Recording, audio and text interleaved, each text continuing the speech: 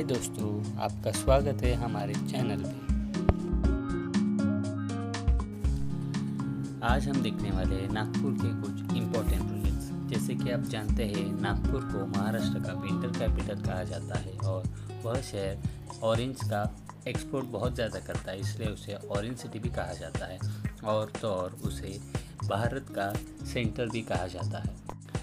पहला प्रोजेक्ट है मिहान प्रोजेक्ट। मिहान मतलब multi modal international passenger and cargo hub airport at Nagpur. इस प्रोजेक्ट के अंतर्गत जो एग्जिस्टिंग एयरपोर्ट है उसे international passenger and cargo hub airport बनाया जाएगा और उसी के साथ एक स्पेशल इकोनॉमिक जोन भी बनाया जाएगा।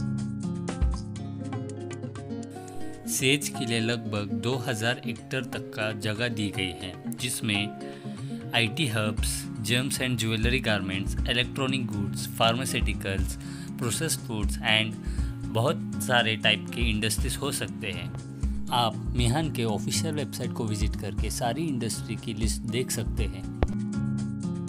और यहाँ पे 900 ट्रक्स रुक सके एक ही समय में, इतने जगह पार्किंग के लिए और 6432 लेन्स के रोड और huge warehouses, stock yards और कोल्ड स्टोरेजेस भी अवेलेबल होगा। और यहाँ पे ट्रेन्स की भी होगी, जिस पे 2 ट्रेन्स की कैपेबिलिटी हो सकती है। दूसरा प्रोजेक्ट है महा मेट्रो यानी नागपुर मेट्रो का। इस प्रोजेक्ट की कुल लागत 8,260 करोड़ जताया गया था।